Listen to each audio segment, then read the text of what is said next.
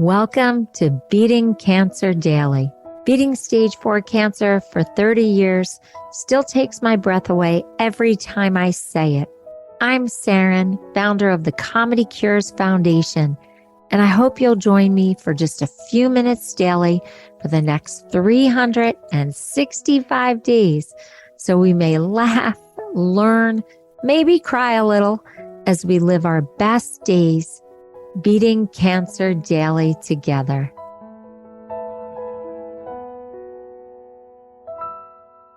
So having gone through so much cancer treatment, it definitely impacted my relationships with my partner. And today I have a special guest, Missy Hall. You may know her as a beautiful comedian who's going through cancer treatment as we speak. You may have heard other episodes of Beating Cancer Daily with Missy, or you may have seen her at a ComedyCures show, or you may have just seen her on social media or at a comedy club.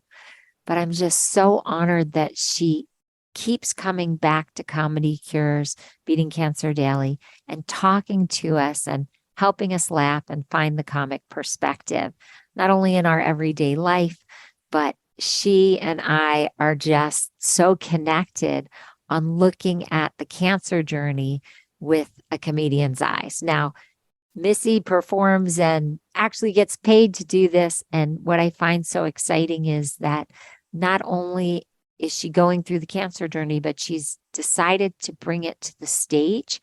It's not the only thing that she does comedy about, because her comedy is very much about her family and her relationships and growing older and everyday daily things that we all go through. But she has taken this bold step to incorporate some of this cancer journey into her comedy, and it's really being accepted and appreciated by her audiences. So I'm just glad that we can share this moment with you, Missy. Thank you so much. Thank you so much. Thank you. I love that you actually listen to the podcast. I love that this is part of your routine going through cancer treatment. That's why it's 365 days, so that we can take someone through a journey of a year. But I want to talk to you about how you're using comedy within your relationship with your husband in dealing with a cancer diagnosis and cancer treatment. Wow. I think that is one of the reasons that he and I are both being able to get through this. Because of humor, we have been able to say things to each other in an almost blurting way as a joke that gets the extreme emotions out in a funny way. Does that make sense? This makes a lot of sense. And I want to give the audience context in case they haven't heard any of the other episodes or they don't follow you on social media. Missy's husband is a comedian also. So maybe if your husband's not a comedian, they wouldn't understand that kind of communication. You might have to explain that you're going to use humor to go through this process.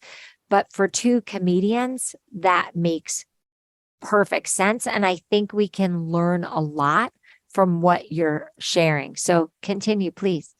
Yes. And again, it works naturally for us because we are both comedians and we share similar personalities. So what might not work in your household works, but I will say things like, my husband will be like, oh, I just drank the last iced tea. I'm like, what?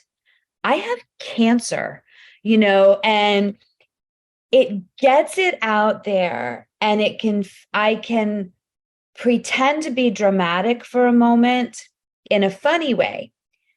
To be clear, it kind of covers for the times where I really do feel dramatic. But if I can make fun of it in my particular situation a little bit, or if he'll, if I'm feeling perfectly fine and I've done 100 things and he'll say, hey, do you want to go do this? I'm like, yeah, no, it's cancer. So you pull the cancer card, Missy Hall. Yes, I do pull the cancer card. And then my husband, um, almost to kind of cover up his emotion, I was going to be helping him with a website he was working on for his woodwork, and I couldn't do it because I was going through this. So he reached out to my daughter. He's like, well, your mom was going to help me, but then she got cancer. It was a sad thing, but he was able to make it so it was funny to be able to say it. And we use it all the time. I want to go back and just echo something that you said, because we love teaching how to use the comic perspective for getting through cancer treatment here at Beating Cancer Daily, and also through the ComedyCures Foundation, which is the nonprofit that I started from my chemo chair. And the reason why I started it was that I felt that it was my comic perspective that really was getting me through. And if I could share that with everyone in my treatments and at all the different facilities I had to go through, then I would be helping many people day in and day out. And so that's why this charity exists. But I just want to say that you are using exaggeration and dramatization.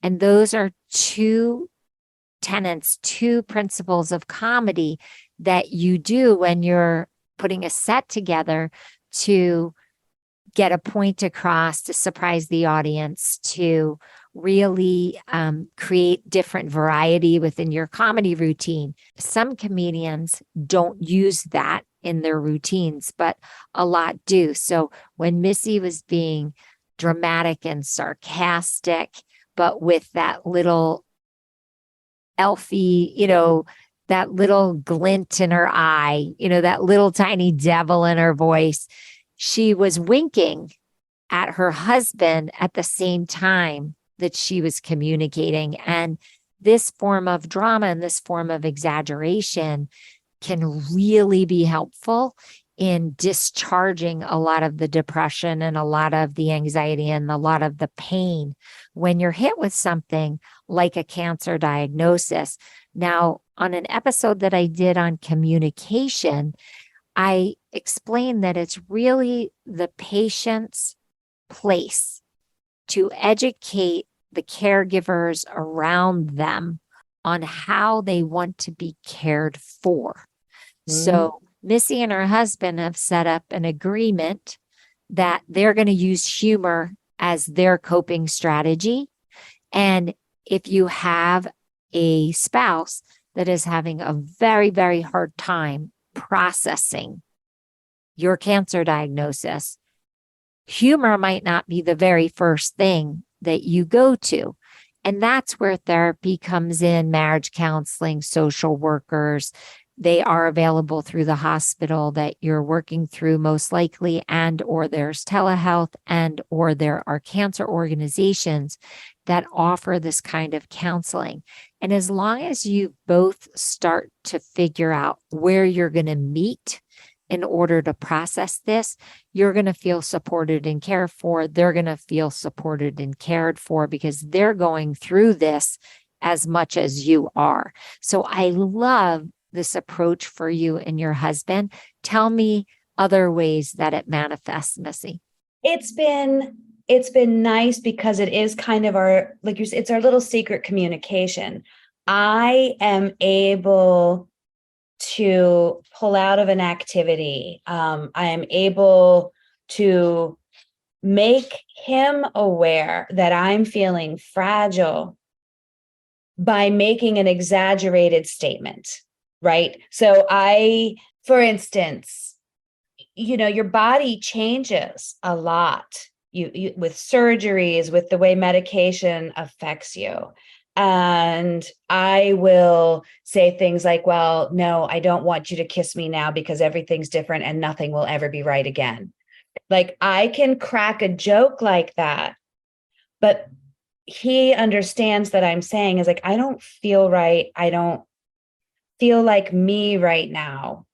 I need a little bit of space. I love the way that you're verbalizing what you're going through and that it allows him to hear you, but also process what you're going through. This is really powerful. And whether you do that with humor or without humor, to be able to say that to somebody else and have them receive it is just so powerful. And I know so many people going through don't have that support system. I have to tell you something that's actually making me well up with tears. I was in a committed relationship, engaged, and I was re-diagnosed with cancer. And my partner could not say the word cancer, could not acknowledge that I had cancer. And actually, anytime I said the word cancer, replaced it with the word candy. And you say that on a podcast. yeah, and I have told the story before. It was so disorienting. So if you are going through something that is that extreme, please reach out for help, and please know that we do understand. What I love about Missy's relationship with her husband is that maybe this is a good strategy that you could introduce into your family if you feel strong enough to do it, and just say, you know what? It's open season here. We are allowed to use tumor humor in this house. You can tease me. I can tease you. I want to try this experiment. And if it doesn't work for you, then say, tumor humor's off. I'm the only one that's allowed to make jokes about cancer. And you're entitled to set that rule. It's really about what's going to help you adjust to this new normal. Yes. You can establish your funny boundary. Like, it's okay for me to joke about this, but not you to joke about this. I find that I've been able to use it as a little bit of a shield, as is my husband, rather than, for me personally, the deep emotional conversations can make me weepy for longer than I necessarily need to feel. But if I can crack a joke about it, but to let you know, like, okay, I'm sorry, I'm feeling very cancery today. I'm not cleaning, or you get to make dinner. I have cancer today. Like, I'll say today, not tomorrow, today. Like, I just joke like that, because just bottling it up in that little thing tells him everything he needs to know about where I am, but we can giggle. And for us, it works. I want to go back to a prior conversation we had where you were in the surgeon's office and you decided to acknowledge with the surgeon that your nipples were put back improperly. How did you deal with that topic with your husband? You know what? I'd forgotten. That was adorable, because just like I didn't want to hurt the doctor's feelings, my husband had never mentioned it. So when I came back from the doctor's appointment, told him about my conversation about my crooked nipples with the doctor, and that if they might actually correct after radiation, it might move itself, whatever. He goes, oh, thank God. He's like, I thought you didn't notice, and I didn't want to say anything.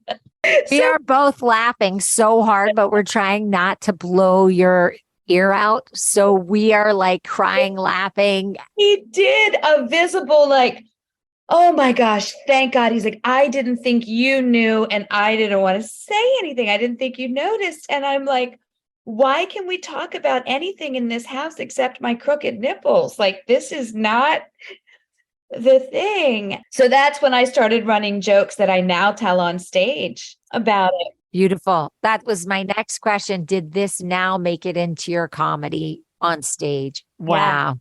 Yeah, it absolutely has.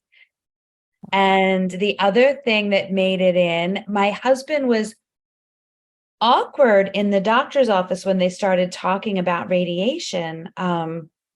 The day when we went in and we found out that I was not going to need chemo, he I'm celebrating that fact. And he immediately is like, but you're still going to give her radiation, right?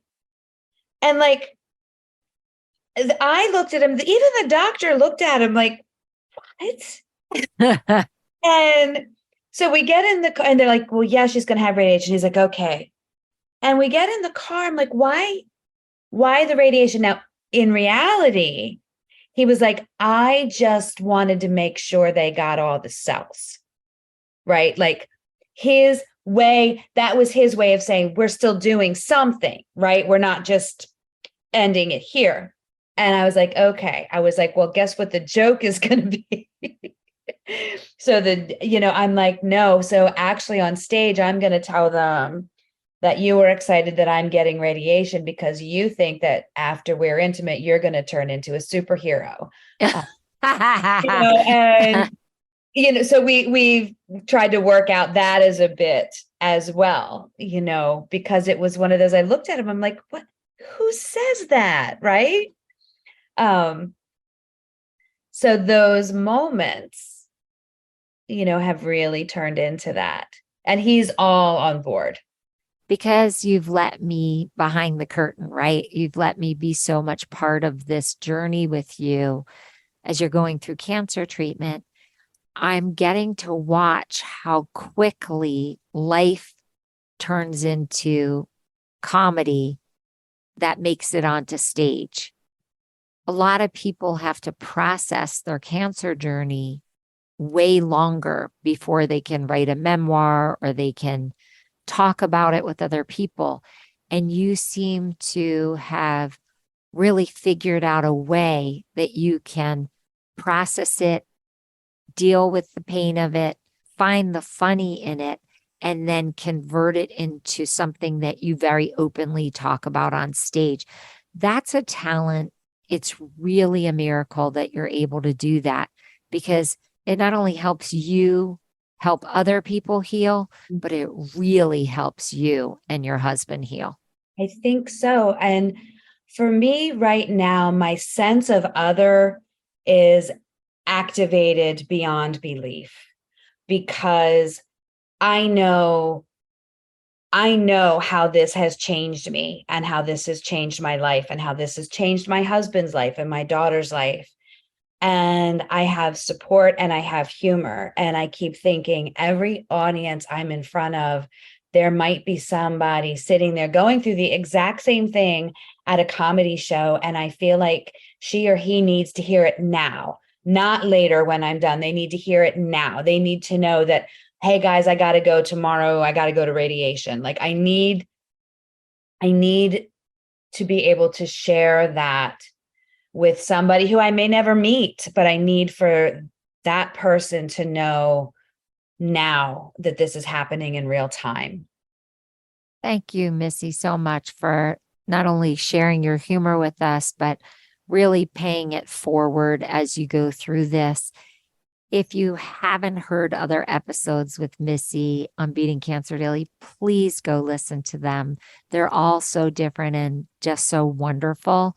I also want to invite you back, Missy, because I have so many questions that I know I want to ask you. So would you please come back? I would absolutely love to come back.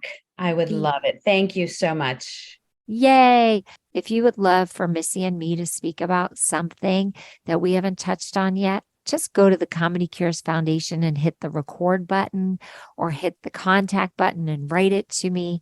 I would love your feedback. And I also love hearing from you with what you want to hear about next.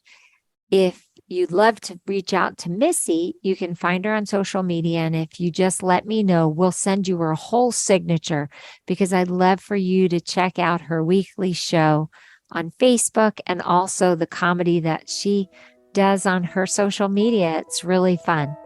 Have a blessed day, and I'll see you tomorrow.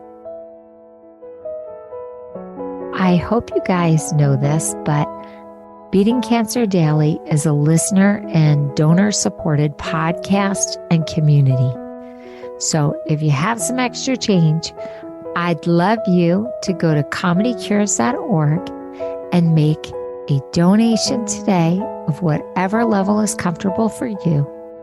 And It will be tax deductible to the extent allowed by law, because ComedyCures is a nonprofit 501c3 organization founded from my chemo chair, April 1999, and we've been going strong ever since.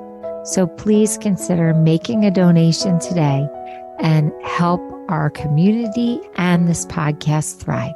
Thanks so much. See you tomorrow. Guess what time it is? It's time for me to read the disclaimer. Beating Cancer Daily and the membership circle are not in lieu of medical advice or treatment. They are for entertainment purposes only. Please consult your healthcare team to review your best strategy. Thanks for listening.